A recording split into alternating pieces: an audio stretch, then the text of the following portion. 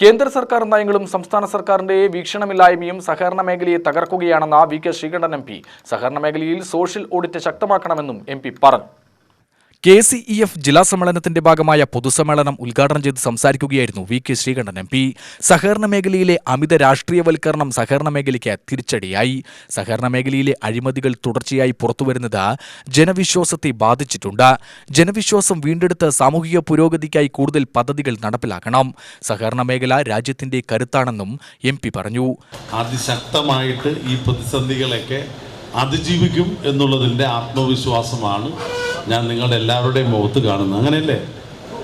ഒറ്റക്കെട്ടായിട്ട് നിൽക്കില്ലേ? അപ്പോൾ നമ്മുടെ ഗവൺമെൻറ് അങ്ങനെ നിങ്ങൾ നിന്നാൽ ഉണ്ടാകാൻ പോകുന്നത് എന്താണ്? ഏതാനും മാസങ്ങൾ കൂടിയാണ് ഇനി നിങ്ങൾ ഈ കഷ്ടപ്പാടൊക്കെ സഹിക്കേണ്ടതുള്ളൂ. ആ മാസങ്ങൾ പിന്നിട്ട് കഴിഞ്ഞാൽ തീർച്ചയായിട്ടും കേരളത്തിലെ ഒരു ജനകീയ ജനാധിപത്യ സർക്കാരിൻ്റെ പുനരാവിഷ്കരണം, വീണ്ടും ഐക്യ ജനാധിപത്യ മുന്നണി അധികാരത്തിൽ വരിക തന്നെ ചെയ്യും. ആ സമയം തൊട്ട് നമ്മുടെ പ്രശ്നങ്ങളൊക്കെ നമ്മൾ എന്ത് ചെയ്യും? പരിഹരിക്കും. അല്ലേ? ആ സർക്കാർ പരിഹരിച്ചില്ലെങ്കിൽ നമ്മൾ എന്ത് ചെയ്യും? നമ്മൾ ശക്തമായിട്ട് അതിനുവേണ്ടി വാദിക്കും. അത് നേടിയെടുക്കുക തന്നെ ചെയ്യും. അതാണ് നമ്മുടെ ഭരണം വന്നാൽ നമുക്കുണ്ടാകും.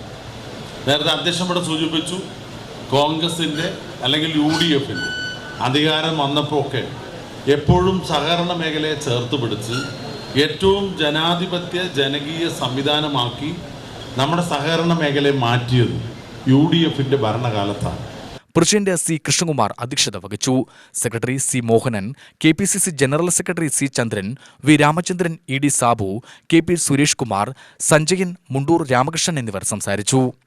UTV news, Palakkad.